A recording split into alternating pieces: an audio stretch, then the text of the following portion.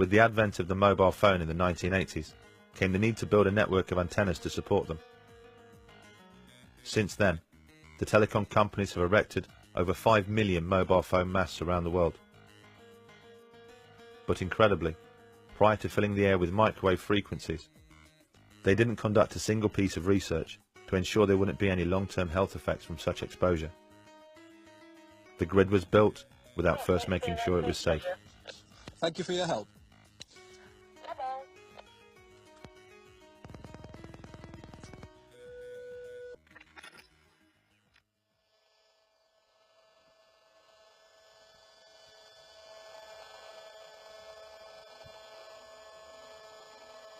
So, It's pretty ugly, isn't it? yeah, and it's constant as well. One thing you'll notice is it doesn't stop. It's 24/7. This is what's coming out of the mast.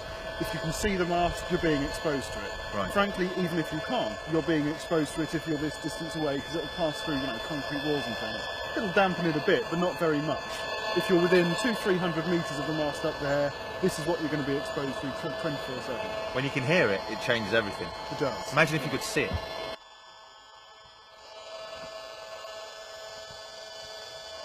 It'd be the equivalent of seeing a daily smog. Yeah.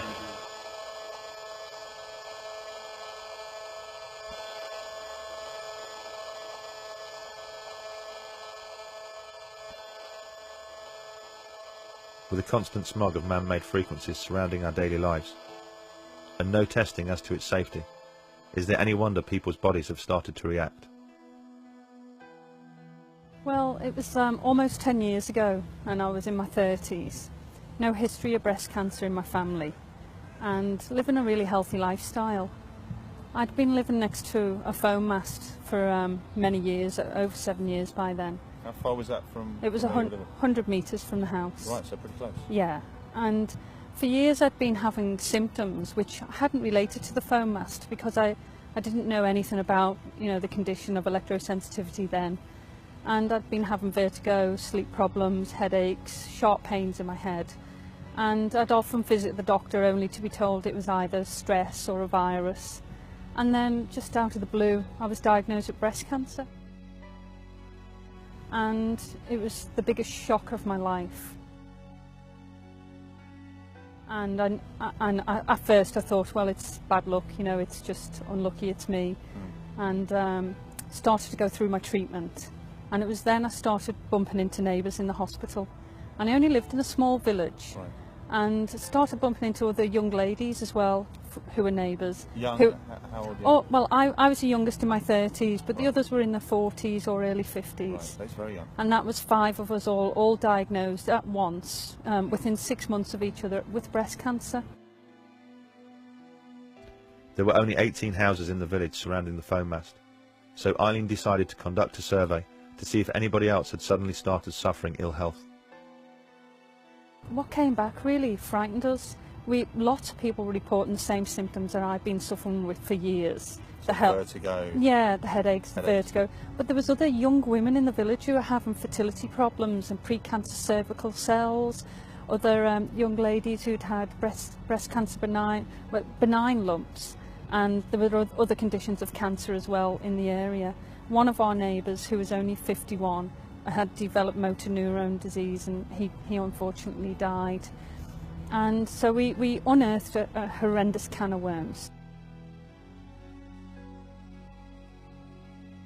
We've done a count of 77 people in the houses. And out of 77 people, how many people were suffering biological effects? The estimate was around 70%. People 70% of people who'd had effects over the years with biological effects, sleep problems, skin rashes, benign lumps or cancer. Yeah, it was it had a big impact on people in the village. I think this is a global, massive problem. We found since then that we were not the only cancer cluster around a foam mast. There are many cancer clusters around foam masts. And we'd worked with a local scientist where we looked at other foam masts that have been in areas for a long time and conducted other surveys and found other cancer clusters as well.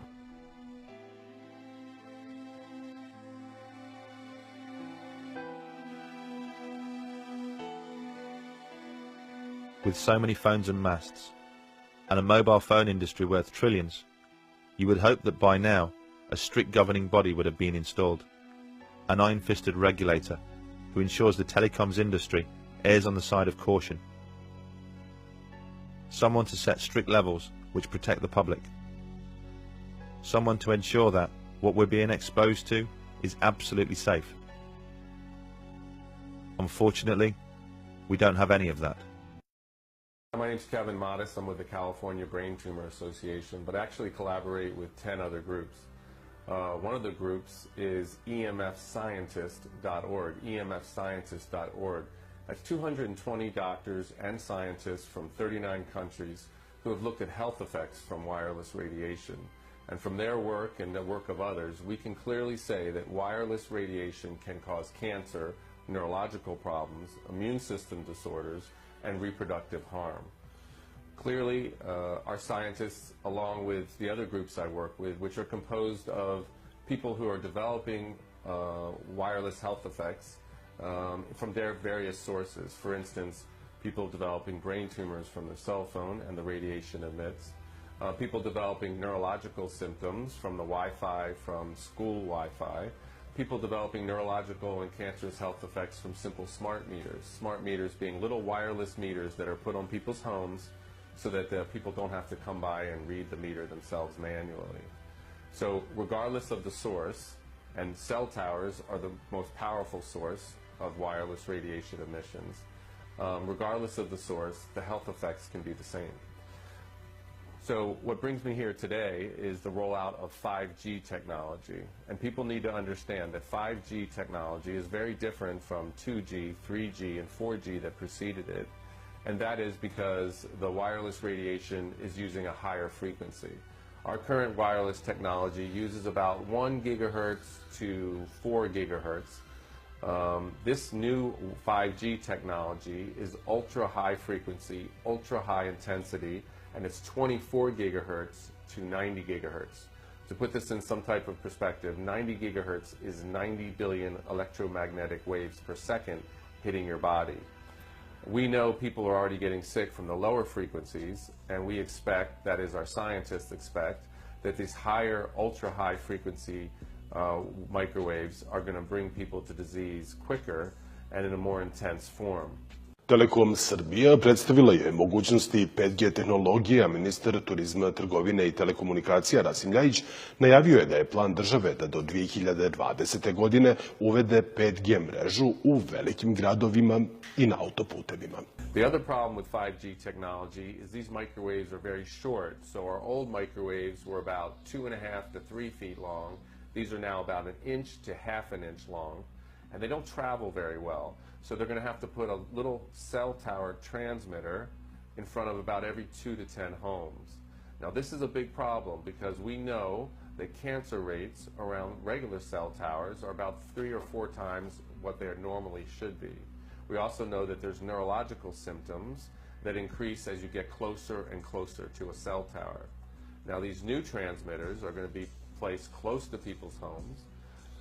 It's going to be continuous exposure as with other cell towers, but it'll be emitting a much more higher frequency, high intensity wireless radiation. Ladies and gentlemen, not only are these 5G death towers going to double cancer rates in our country, they are going to be used to target individuals in a way never seen before. Since most people keep their smartphones on them like a tracking device, and since their political profiles are linked to their phones, it only makes sense that this is going to be an easy way to target people silently and without a trace. As you can see with these new 5G death towers, they are going to be focusing beams of high-frequency energy at a user's location. These 5G death towers are in fact particle beam weapons that can be aimed at people. These particle beams move at the speed of light and track you wherever you go. And in most cases, you'll be hit with particle beams coming from multiple directions. This truly is a national emergency, considering who controls this technology. Su polja primjene mreže 5. generacije koja će doprinijeti kvalitetnijem životu građana. Tokom prezentacije 5G tehnologije u Beogradu, između ostalih, pomenuta je primjena u medicini, automobilskoj industriji, poljoprivredi, uslugama komunikacije i svakodnevnom životu. Ova tehnologija će omogućiti mnogo novih servisa i usluga koje će olakšati život građanima, rekao je ministar trgovine, turizma i telekomunikacija Rasim Ljajić, istakavši da su mogućnosti primjene ove tehnologije u industriji i privredi neograničene u smislu automatizacije u proizvodnji, te da će ona omogućiti otvaranje novih radnih mjesta. I neko bi pomislio da će to prouzrokovati smanjenje broja radnih mjesta zbog automatizacije proizvodnje, međutim, predviđanja stoje sasvim drugačije. I da će ova vrsta automatizacije, ova vrsta tehnologije omogućiti i generisati 2 miliona novih radnih mjesta samo u Europi, 22 miliona novih radnih mjesta u čitavom svetu i da će to doneti prihod, čisti prihod u 28 zemalja članica Europske unije do 2025. godine od 113 milijardi evra. Ono što je neophodno da mi uradimo i naš plan jeste da od 2020. godine uvedemo 5G mrežu, najpre pored autoputeva i do velikih gradova, na isti način kako smo razvijali i mobilne mreže prethodnih generacija, dakle prvo veliki gradovi, autoput, a onda do svih ostalih mjesta u Srbiji sukcesivno.